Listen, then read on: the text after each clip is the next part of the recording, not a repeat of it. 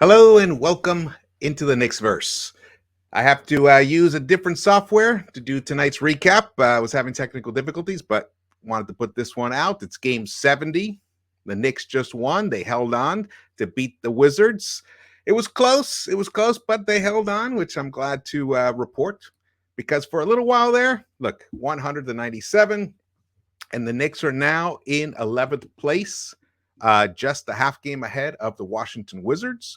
So that's, it depends on how you look at it. It's good news or not. Let's see. The Knicks are still 5 games behind the Hornets and the Hawks. The Hawks won tonight. Let's see. Mathematically, it's possible. Logically, it's very unlikely, but you can tell tonight. You can tell tonight that the Knicks are going for that play-in. You can tell basically by the fact that, as I tweeted this out, and I'll put it up here, if you needed any further proof, Thibs is going hard at the play-in. Just look at Obi's and Deuce's minutes so far after 3 quarters. Deuce didn't play tonight at all, and after 3 quarters, Obi had played 5 minutes, and let's see where he ended up. Obi ended up with 9 minutes. So, as you can see, unfortunately, and also he only went 9-man rotation tonight. Why he didn't go to Deuce, why he needed to play RJ and Randall, basically 40 minutes each. And also when they were having a terrible night, the two of them, 6 of 22, the two of them. And there was a stretch there where Randall actually missed his first 4 shots, then he hit his next 4, and it looked like it was going to be one of those nights where he just caught fire and just kept going. But nope, he got really cold. And the Knicks at one point had a lead as big as 15 points, and they let it dwindle down. And in fact, it was actually really close at the end. The Wizards could have tied it at the very end.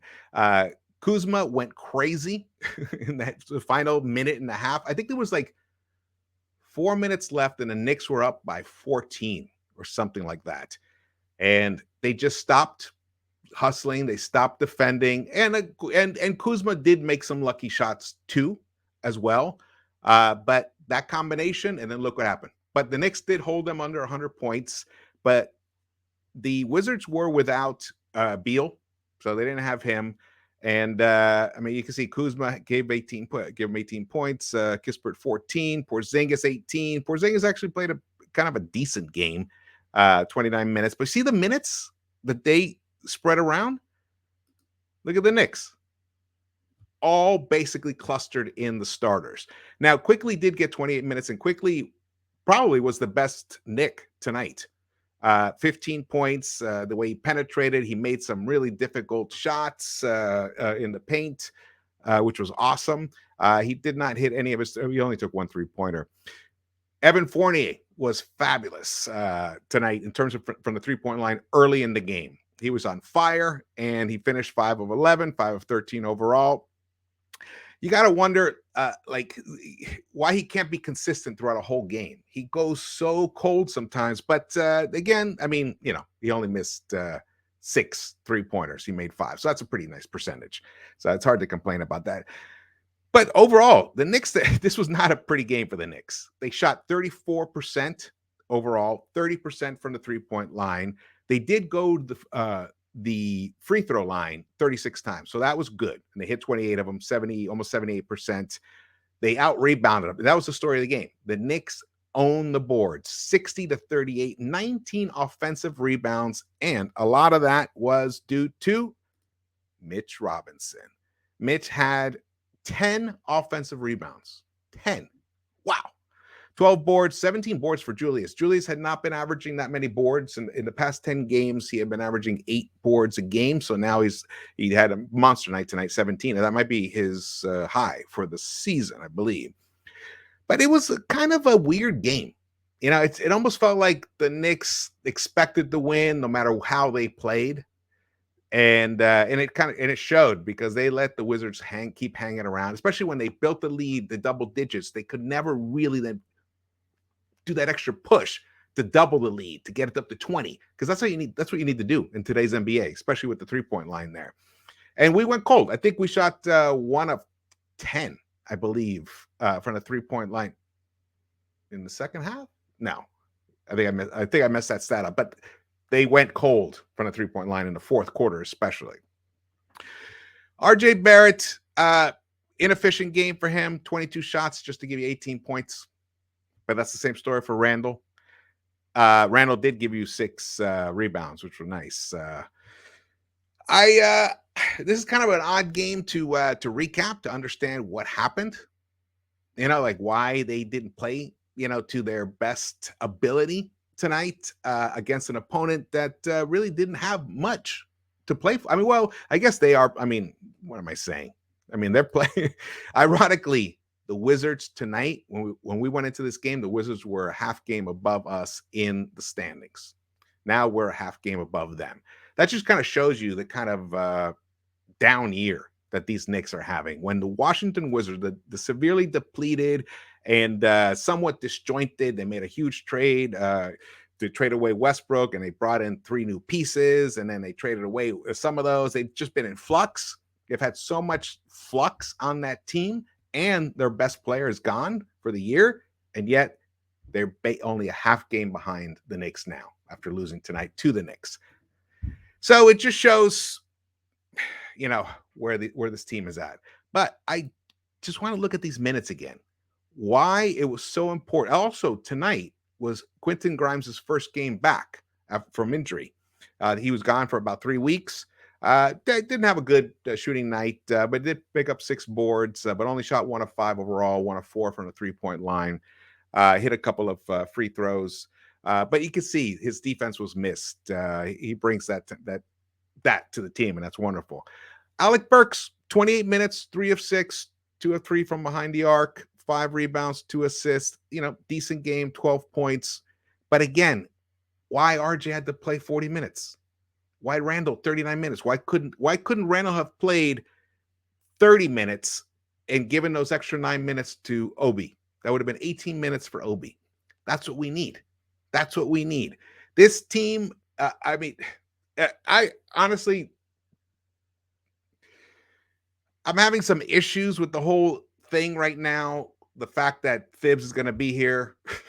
And then when I look back at the year that he's had coaching wise, put the players' poor performance aside, all the other things that he could have done to put this team in a better position to win, which is all he cares about, right? He's actually defeating himself by his refusal to expand the rotation and give meaningful minutes to the 24 and under group. Like I believe only 2 over 23-year-olds get average more than 24 minutes a game, and that's Mitch and RJ. All the other ones, it's, whatever. They got to just fight for the scraps that they get. But meanwhile, Burks keeps getting tons of minutes. Julius gets tons of minutes, even when he's having a terrible night. Even RJ gets tons of minutes when he's having a terrible night.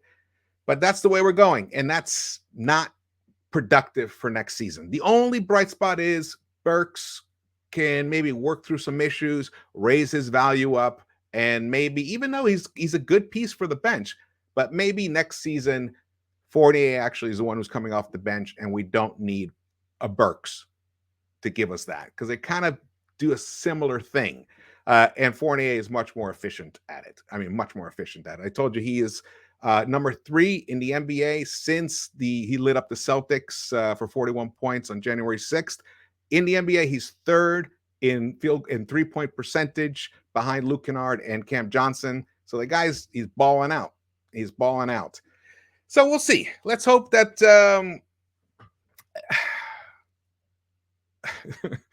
I mean, I keep saying that, but then it's always it's obvious what ends up happening.